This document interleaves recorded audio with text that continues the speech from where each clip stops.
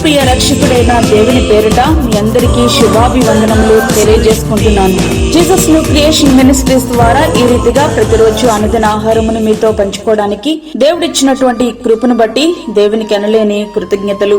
ప్రియులారా, ఈ యొక్క అనుదిన ఆహారం అనే కార్యక్రమం ద్వారా అనేక మంది మేలు పొందుకుంటూ ఉన్నారు. మాకొస్తున్నటువంటి మెసేజెస్ ను బట్టి, ఫోన్ కాల్స్ ను బట్టి మేము ఎంతగానో దేవుని స్తుతిస్తున్నాం. షేర్ చేస్తున్నా మీ అందరికీ మా హృదయపూర్వక వందనాలు తెలియజేసుకుంటున్నాను. వాక్య ధ్యానంలోనికి మనం వెళ్దాం. హెబ్రీయులకు రాసిన పత్రిక 1వ అధ్యాయము 1వ వచనం. విశ్వాసం అంటే నిరీక్షింపబడి వాటి యొక్క నిజ స్వరూపమును, అదృశ్యమైనవి ఉన్నవనటకు రుజువై ఉన్నది. మన జీవితాల్లో నమ్మకూడని వాటిని చాలా సులభంగా నమ్మేస్తూ ఉంటాము. నమ్మవలసిన వాటిని మాత్రం ఎట్టి పరిస్థితుల్లోనూ నమ్మము. విశ్వాసం పోస్ట్ లో వస్తుంటే అవిశ్వాసం వాట్సాప్ లో వచ్చేస్తున్నట్లుంటుంది.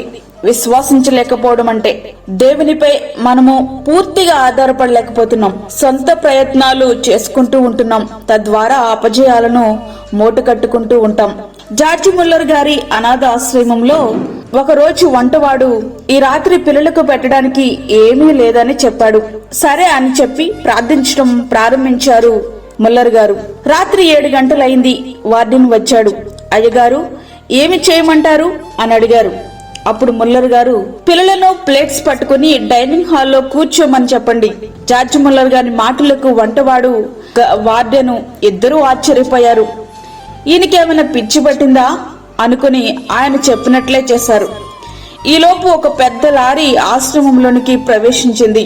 ఆ లారీ వాళ్ళు ఇట్లా చెప్తున్నారు, అయ్యగారు, ఈ రోజు పట్టణంలో ఒక పెద్ద సభ ఏర్పాటు చేయబడింది.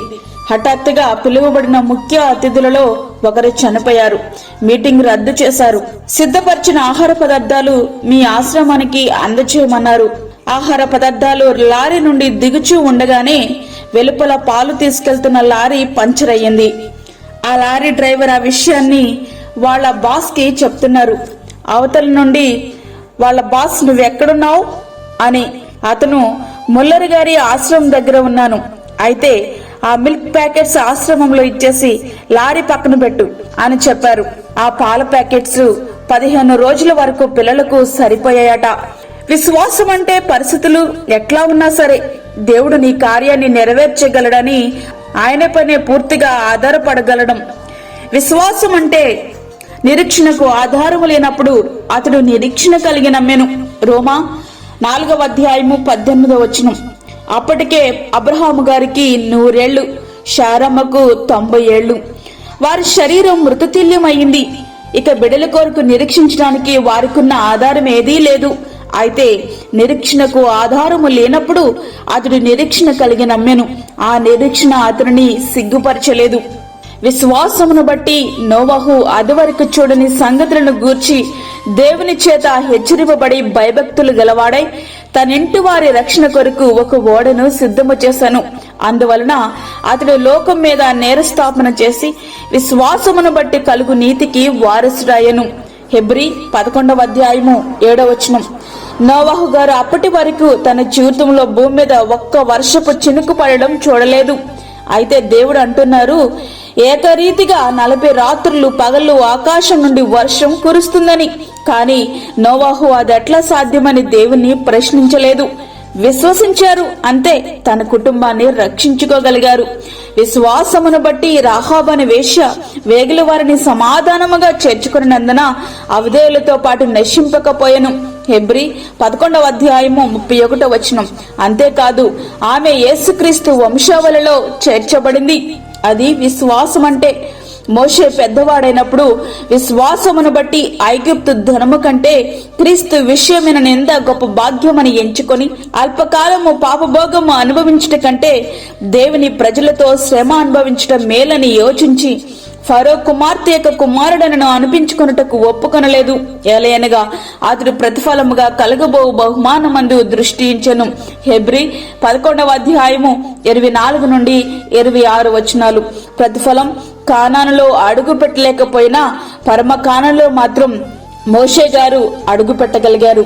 మేము సేవించుచున్న దేవుడు మండుచున్న వేడిమి గల అగ్ని గుండముల నుండి మమ్మను తప్పించి రక్షించుటకు సమర్థుడు.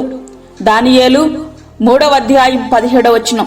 ఆ విశ్వాసమే షద్రకు, మేషకు, అబేద్నెగోలు అన్న వారిని అగ్ని గుండం నుండి తప్పించగలిగింది. ఆ అగ్ని గుండమును ఆహ్లాదకరంగా మార్చగలిగింది వారి యొక్క విశ్వాసమే. ప్రియ స్నేహితుడా, వాక్యం వింటున్నటువంటి ప్రియ దేవుని బిడ్డ, వీళ్ళెవరు సమస్యను చూచి భయపడిన వారు కాదు.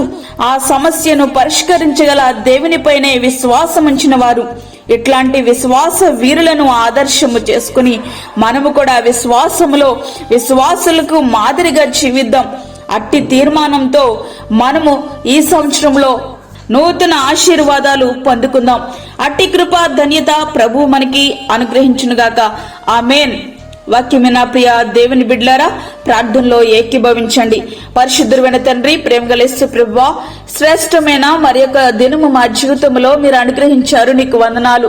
ఈ దినమంతటి కొరకు మీరు మమ్మల్ని సిద్ధపరచండి. దీని అవసరతలు మీరు తీర్చండి ప్రభువా. ప్రతి విధమైన శోధన, కీడు, ప్రమాదము, తెగుల నుండి మీరు మమ్మల్ని కాపాడండి. చంటి బిడ్డలను, వృద్ధులను, గర్భిణీ స్త్రీలను ప్రభువా మీరు జ్ఞాపకం చేసుకునండి నాయన. వారికి కావలసిన నీ కృపను సమృద్ధిగా మీరు అనుగ్రహించండి. విశ్వాసముతో వారు ముందుకు కొనసాగడానికి కావలసిన కృపను వారికి సమృద్ధిగా మీరు దయచేయండి. అలాగే దూరదేశంలో ఉండి వాక్యమిని ప్రార్థనలో ఏకీభవిస్తున్న ప్రతి ఒక్క బిడ్డను మీరు బలపరచండి. తగినంత విశ్వాసం వారికి దయచేయండి ప్రభు. ఈ యొక్క వాక్యం వింటున్న ప్రతి ఒక్క బిడ్డను నీ యొక్క ఆత్మ తాకుదల క్రిందికి తీసుకుని రండి ప్రభు. నీ కార్యములు వారి జీవితంలో జరిగించి నీ సాక్షులుగా నీ బిడ్డలను మీరు నిలువబెట్టమని, మాకు కాదు యెహోవా, మాకు కాదు, సమస్త మహిమ ప్రభావం మీకే ఆరోపించుకుంటూ యేసు పరిశుద్ధ నామమున అడిగి వేడుకుంటున్నాము తండ్రి. ఆమేన్. ఈ యొక్క వర్తమానములు మీ బంధువులకు, మీ స్నేహితులకు షేర్ చేయండి. దేవుని పనిలో మీరు కూడా పాలిభాగస్తులు కండి. అదే విధంగా మీ ప్రార్థన అవసరతలు మాకు తెలియచేయండి.